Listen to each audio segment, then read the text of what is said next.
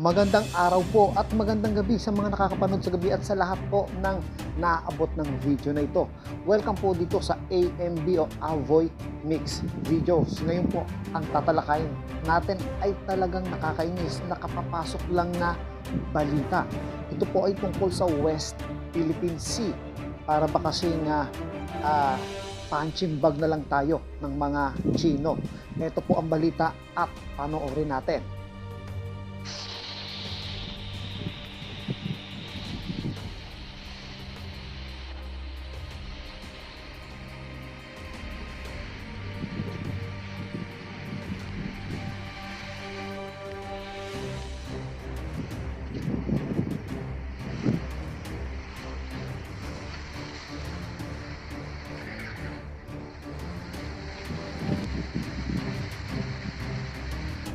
Hindi ko po alam kung ano ba talaga ang balak ng mga Pilipino tayo, no, nung ating gobyerno, kasi po kung makikita nyo, itong barkong ito, yung Magbanwa na ito, napakamahal po nito. Ito po yung isa sa pinakamalaking Philippine Coast Guard ng Pilipinas, pero ito ginagawang punching bag, parang inilagay siya doon sa gitna ng dagat para bungguin lang.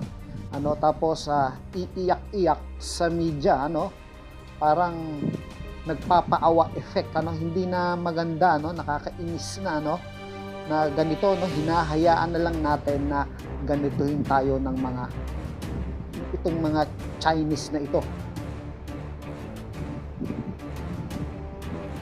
Biruin mo, 3 beses binangga at wala pong ginawa ang ating pamahalaan. Itong paano pa sila tinawag na Philippine Coast Guard, gayong wala namang silang ginagawa.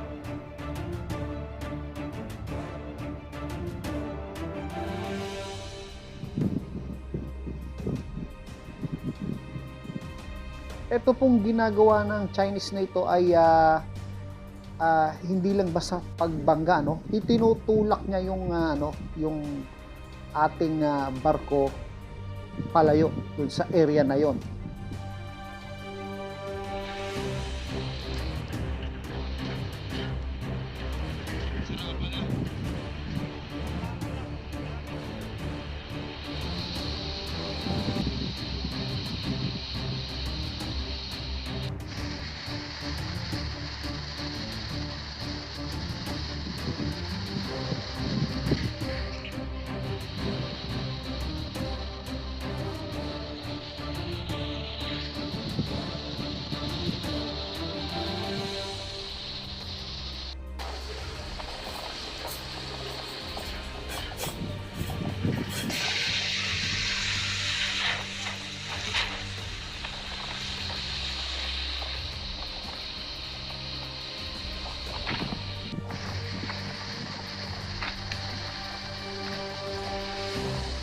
Hindi ko po alam kung ano ba talaga ang balak ng ating gobyerno.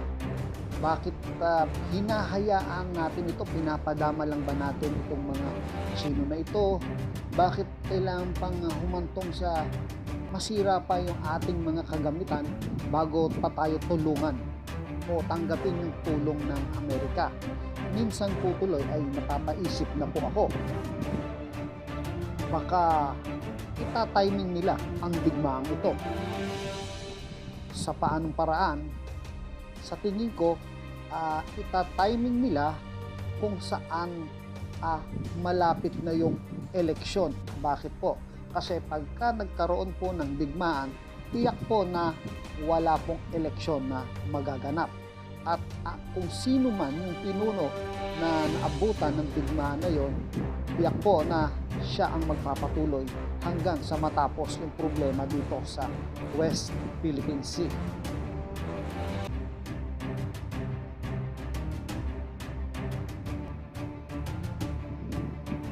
Yung pong akin ay ganang akin lang po yun, napapaisip lang ako na maaaring i-timing ang digmaang ito sa papalapit na eleksyon upang walang maganap na eleksyon.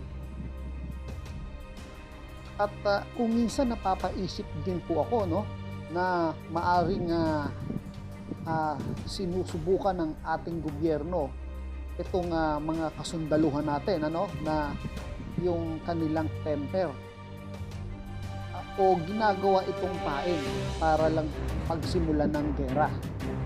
Kasi once na may mamatay dito, ay tiyak na gera ang kalalabasan nito.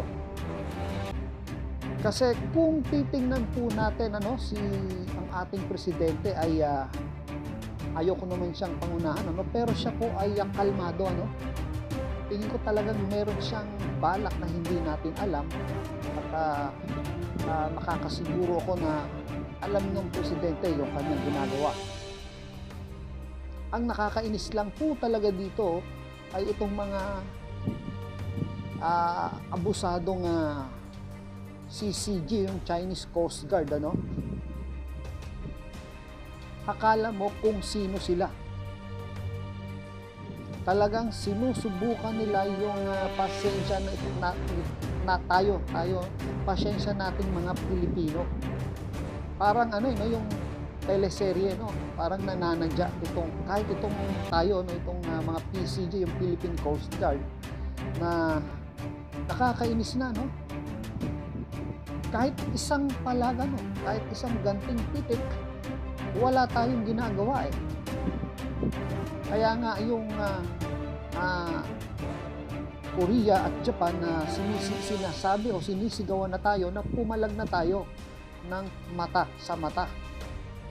So sa akin, ayoko po nung gera, ayoko pong matulad tayo dito sa nangyayari sa ibang bansa, ano, especially doon sa gera ng Ukraine, ano.